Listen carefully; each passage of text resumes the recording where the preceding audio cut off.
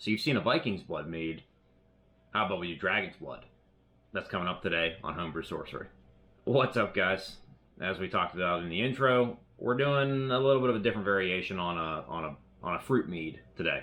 So everybody, I think, has heard of or tried a Vikings blood mead, which is just strictly a cherry mead or cherry mellow.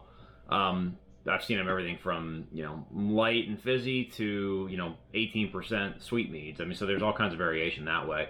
I don't see anybody talking about a rendition of just a change of that recipe, which I'm going to call Dragon's Blood, which is essentially just a mixed berry or mixed red mead. Fruits or other things that are red in nature or red in color. And what I wanted to do was kind of take that and play around with it and see what we could do. So instead of just going straight cherries, I wanted to throw some other things at it. So I came to this thinking I was going to do cherry, pomegranate, and cranberry. And so I started mixing them, which is why you see there's a little bit missing from each container. So I started mixing them in different proportions.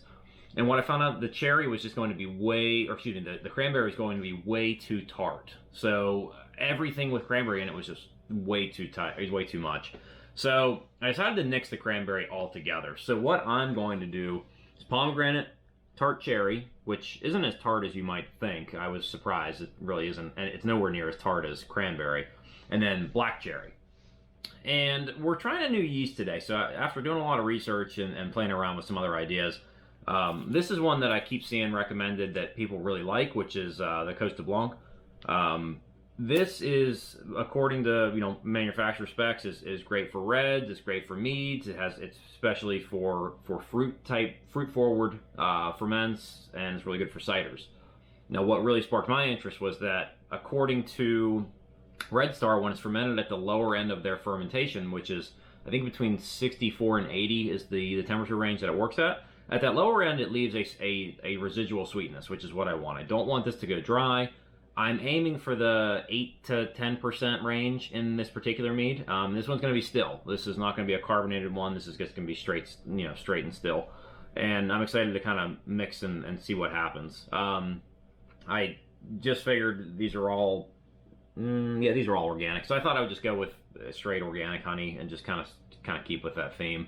You could do a more fruit-forward honey, whatever you think. And you could do clover where it's nice and light. You could just substitute in wildflower. Realistically, we're going more for the fruit-forward than the honey character, but there could be something else that would balance that very well with that. You could even spice this potentially if you thought, you had a particular spice that would go really well with this. For some reason in my head, I'm thinking like allspice or nutmeg maybe. I don't know, something of that character. You could even add hibiscus to this, if you wanted to have more of that red. This is going to be a very red colored mead anyway, but if you wanted a little something extra, that would really work. Hibiscus gives a great flavor and a great color. But I don't really know that I need that. So at least for this particular round that I'm going to mess around with, I'm just going to try these. Just do regular honey. And this particular honey came from Costco. It's just very light, very almost, I don't know, it's somewhere between like a wildflower and a clover is the best way I can describe it. Just a very light honey, so we're probably gonna, again, shooting for the 8 to 10% range. So let's dive right in. So I didn't bore you with all the details of mixing the honey and all the normal stuff you see in every other video. Remember I told you not to get cats? Here's why. So as I was making this and trying it and actually getting a taste for it, I think actually a darker honey with this would go really well. There is still a nice residual tartness from the tart cherry and this nice sweetness of the honey, so I think it's going to blend really well, so I'm excited about that part.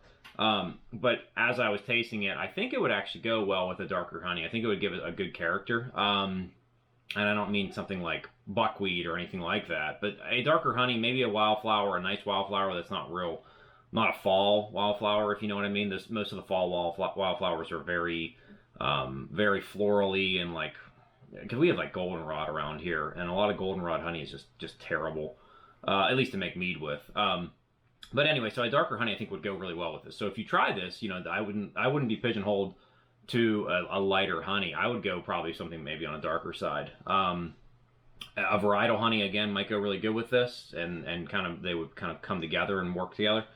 But So far, I think we're sitting at the starting gravity of 1.080. So at 1080, if I don't think it's going to ferment totally out, so I think we'll probably end up coming around 9%, which is about what I was wanting. So I think some residual sweetness matched with the tartness from the cranberry, or excuse me, from the tart cherry and then pomegranate, I think will balance really well. So I'm excited about that. So we're gonna get the rest of it. I got my yeast slurry already made. I'm gonna follow the Tosna protocol. So if you aren't familiar, the Tosna nutrient schedule. At this particular gravity, I am going to follow a staggered addition. Most of the time, because I'm typically making sessions, I just go ahead and dump straight in, and and I always have great results. The guy who created the Tosna calculator, recommends that for session meads and lighter alcohol that there's no need to do a staggered addition.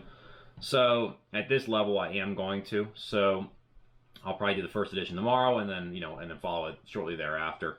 But so far, it's got a great taste. I'm really excited for that. We'll see what ends up coming of it. But stay tuned. You'll get a review for the taste, and hopefully you can try it yourself. But wanted to keep this one short. Thanks for tuning in to Homebrew Sorcery. I'll see you again soon.